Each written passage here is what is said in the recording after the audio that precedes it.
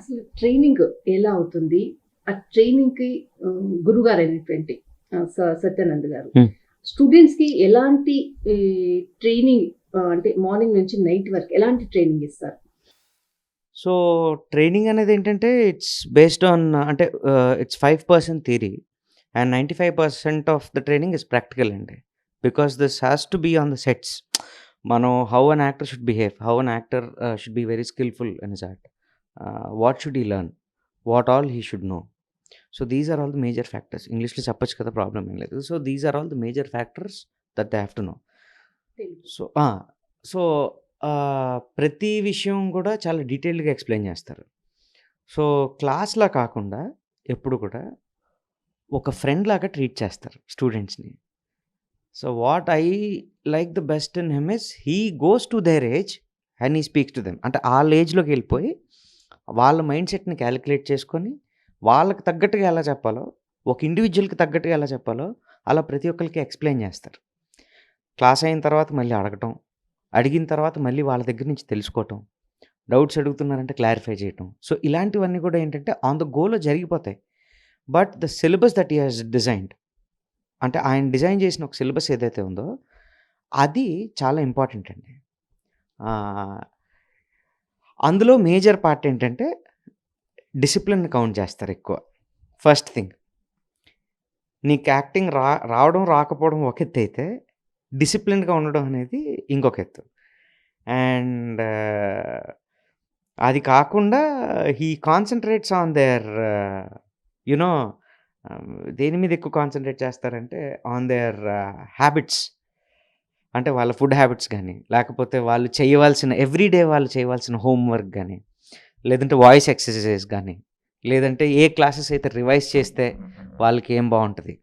So, ఒక్కొక్క ఇండివిడ్యువల్‌కి ఒక్కొక్క floss ఉంటాయి. కొంతమందికి కొన్ని మేనరిజమ్స్ ఉంటాయి. కొంతమందికి కొన్ని జెస్చర్స్ ఉంటాయి. సో, అందులో ఏవి మార్చుకుంటే బెస్ట్? ఎలా బిహేవ్ జేయాలి? So, all these are included. So, the entire course మొత్తం కోర్స్ అంతట్లో ఇదంతా ఇంక్లూడ్ అయ్యి ఉంటదండి. సో, అందుకే నేను గూడా చాలా సార్లు క్లాస్‌లో కూర్చొని, విని, నేను ఒక మల్టిపుల్ టైమ్స్ నేను క్లాసులు చెప్పి కొంతమందికి. ఇలాంటివన్నీ నేను డ్యాడీతో చేసి I got used to all these things. ఇవన్నీ అలవాటయిపోయినాయి బిగినింగ్ నుంచి. డ్యాడీతో ట్రైనింగ్ ఇచ్చే సిట్యుయేషన్‌లో ఆ! ఆహ్, బాగా అటు పనిష్మెంట్ కానీ, మెమోరీస్ కానీ హ్మ్. ఏదైనా సిట్యుయేషన్ ఉందా? ట్రైనింగ్ ఇచ్చే సిట్యుయేషన్‌లో నేను సిక్స్త్, సెవెంత్ చదువుతున్నానండి అప్పుడు. అప్పుడు sixth I was in sixth. So, అప్పుడు 'ప్రభాస్' గారి ట్రైనింగ్ అవుతుంది. అప్పుడేంటంటే ఎప్పుడైనా ఇంప్రొవైజేషన్ అని ఒక క్లాస్ ఉంటది. అది చేయాల్సొచ్చినప్పుడు హి యూజ్డ్ టు కాల్ మీ. నన్ను సరదాగా పిలిచేవారు. నేను చిన్నోడినయినప్పటికి కూడా ఊరికే నేను మధ్యలో ఎళ్లి ఏదో ఆకతాగి ఏదో చేయటం అది చేశాను. బట్ అంటే పెద్దోడినయిన తర్వాత after I was done with engineering, నేను రెగ్యులర్‌గా క్లాసులకెళ్ళడం స్టార్ట్ చేశాను. స్టార్ట్ చేసినప్పుడు ఇంప్రొవైజేషన్ అనేదొచ్చినప్పుడు he used to call me. ఎందుకంటే స్పాట్‌లో ఇంప్రొవైజ్ చేసి, స్పాట్‌లో I used to make the students engaged అనమాట. సో, ఆ విషయంలో బాగా నన్ను తీసుకొని ఇంక్లూడ్ చేసి మొత్తానికి హి యూజ్డ్ టు నన్ను ఎలాగోలా ఇన్వాల్వ్ చేసేవారు. Okay. So, he knows that I am a very good performer. He was able to make out. Hmm. ఎప్పుడు ఏం చెప్తా ఉంటారంటే, "you are a very good actor. నేను నీ గురించి చెప్పక్కర్లేదు. You are a very good actor. You help out these guys. నువ్వు help చెయి ఒకసారి. You come do the improvisation. It will be very helpful for them" అని చెప్తా ఉంటారు. So, whenever I have time, నాకెప్పుడైతే time కుదురుతా ఉంటదో నేనొచ్చి స్టూడెంట్స్‌తో ఇంప్రొవైజ్ చేస్తూ ఉంటాను. Yeah! Actually అంటే హ్మ్. ట్రైనింగ్ అప్పుడు హ్మ్. ఏదైనా సిట్యుయేషన్స్ బయట ఫీల్డ్‌లో హ్మ్. వాళ్ళకి ట్రైనింగ్ ఇస్తున్నప్పుడు రైట్. అలాంటి సిట్యుయేషన్‌లో డ్యాడీ అక్కడికి కంపల్సరీ రావాలి. వాళ్ళకి ట్రైనింగ్ ఉంటుంది హ్మ్. అన్నప్పుడు అలాంటి సిట్యుయేషన్స్‌లో ఏదైనా ప్రాబ్లమ్స్ వచ్చినప్పుడు డ్యాడీ దాన్ని వెంటనే సొల్యూషన్ చేయడం అటువంటివి ఏమైనా ఉన్నాయా? మర్చిపోలేనటువంటి సంఘటన? మర్చిపోలేనటువంటివి ఏం లేవు. బట్ ఇమ్మీడియేట్‌గా కరెక్ట్ చేసేస్తా ఉంటారు డ్యాడీ. ఎప్పుడైనా ఏదైనా చేయాల్సొచ్చినప్పుడు, ఒక్కొక్కసారి మధ్యలో ఆపాల్సినొచ్చినప్పుడు ఆపుతారు. లేదంటే హి లెట్ ద యాక్ట్ ఫినిష్. ఒకసారి ఫినిష్ అయిన తర్వాత, అందులో ఫ్లాస్ ఏంటనేవి చెప్తారు. నేనిందాకల చెప్పినట్టు కొన్ని కొన్ని సార్లు చేసేటప్పుడు ఒక్కొక్కసారి జెస్చర్స్ ఇబ్బందవుతాయి. కొంతమందికి చెయ్యి మూవ్‌మెంట్ అలవాటుంటది. కొంతమందికి నెక్ మూవ్‌మెంట్ అలవాటుంటది. కొంతమందికి షోల్డర్ పైకి పెట్టుకొని కొన్ని అలవాటయిపోతాయి. అంటే బిగినింగ్ ఆఫ్ ద టైమ్ చిన్నప్పటి నుంచి కొన్ని అలవాట్లు ఉండిపోతాయి. సో, ఆ అలవాట్లన్నిటిని కొన్ని పోగొట్టుకోవాలి. ఎందుకంటే కెమెరా ముందు బిహేవియర్ ఒక రకంగా ఉంటది. కెమెరా వెనకాల బిహేవియర్ ఒక రకంగా ఉంటది. అలాగే కొంతమంది థియేటర్ చేసొస్తారు. So, theatre is different. Movie is different. Movie is entirely based on camera. So, how you behave in front of the camera మళ్ళీ. సో, ఎప్పటికప్పుడు కరెక్షన్స్ అలా చేస్తానే ఉంటారు. నాకు మెమరీస్ అంటే ఎప్పుడైనా నాకు ఏది బాగా రిజిస్టర్ అయిపోయింది అనంటే ఆహ్, నరేష్ గారు వాళ్ళ అబ్బాయి నవీన్ అన్న తోటి ఒక యాక్ట్ చేపించారు. That was on beach road. Beach రోడ్‌లో పబ్లిక్‌లో చేపించారు యాక్ట్. సో, అది చేపించినప్పుడు that became very viral.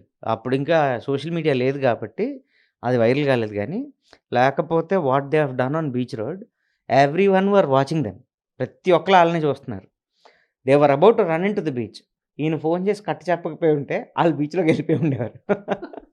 It was in that way. So, that was one of the memorable moment. అంటే నాకు తెలిసి that was one of the biggest thing.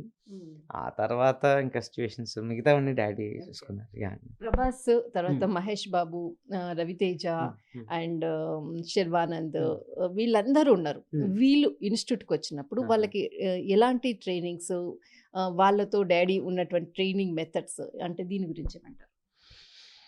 అంటే వాళ్ళకి చెప్పిన మెథడ్స్ అంటే అప్పుడు చెప్పినప్పుడు నేను లేను. అంటే I was a very kid కాబట్టి నాకు తెలీదు. బట్ తేజ్ అన్న, వరుణ్ తేజ్ వీళ్ళందరూ ఉన్నప్పుడు ఇట్ కన్సిస్ట్ ఆఫ్ మెథడ్స్ అంటే ఎవ్రీథింగ్ కౌంట్స్ అండి. There is improvisation, there is article improvisation, there is spot improvisation, there is many other subject అలా 126 చాప్టర్స్ పైగా ఉన్నాయి.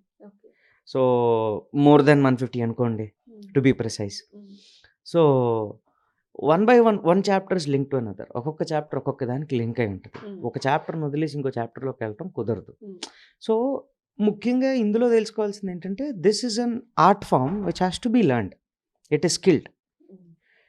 ఎనీ ఆర్ట్ ఫార్మ్, ఏ ఆర్ట్ ఫార్మ్ అయినా తీసుకోండి. If there is a guru for the art form it will be polished. If not పాలిష్డ్‌గా ఉండదు అని నేను చెప్పను గానీ, గురువు ఉన్న ఆర్ట్ అది వేరే రకంగా ఉంటది. సో, ఇఫ్ ఎట్ ఆల్ ఎవరైనా నేర్చుకోవాలనుకున్నా సరే they have to find the best Guru in the first place. అంటే డ్యాడీ ఒక గురువు, ఆయన బిడ్డగా ఈ అదృష్టం రావడము, పెద్ద ఇన్స్టిట్యూట్ లో వన్ ఆఫ్ ది పర్సన్ మీరు కూడా. అవునండి.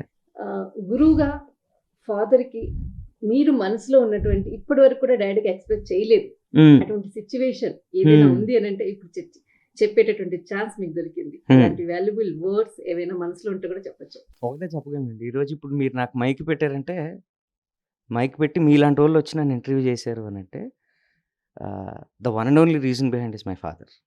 ఇప్పుడు ఆయనే గనక నా ఫాదర్ కాకపోయి ఉంటే నేను ఇప్పటికి నోటీసబుల్ కాదు. నాకు ఈ ఆర్ట్ ఫార్మ్ వచ్చి ఉండేది కాదు. నేను నేర్చుకొని ఉండేవాడిని కాదు. నాకు అసలు దీని గురించి తెలిసి ఉండేది కాదు. So, I'm very much lucky to have a father like him. And ఏది కావాలో ఆయనే గెస్ చేసి నాకు ఇచ్చేయటం ఆయనకు బాగా అలవాటు. అండ్ గురువుగానే కాకుండా యాజ్ అ ఫాదర్‌గా హిస్ రోల్ ఈజ్ అమేజింగ్ అని చెప్పుకోవాలి. అంటే ఎప్పుడు కూడా నాకు ఇది కావాలి అని అడిగిన ఒక 15-20 మినిట్స్‌లో he will see that it is arranged. ఎందుకు ఏంటి అని కూడా ఈ మధ్య అడుగుతున్నారు ఇంకా.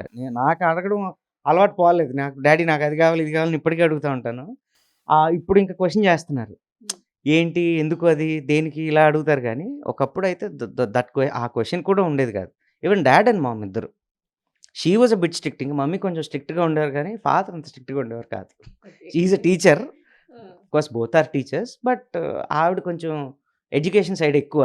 Academic side. సో, ఆవిడ కొంచెం స్ట్రిక్ట్‌గానే ఉండేవారు. He used to be very liberal with me. Very friendly in fact.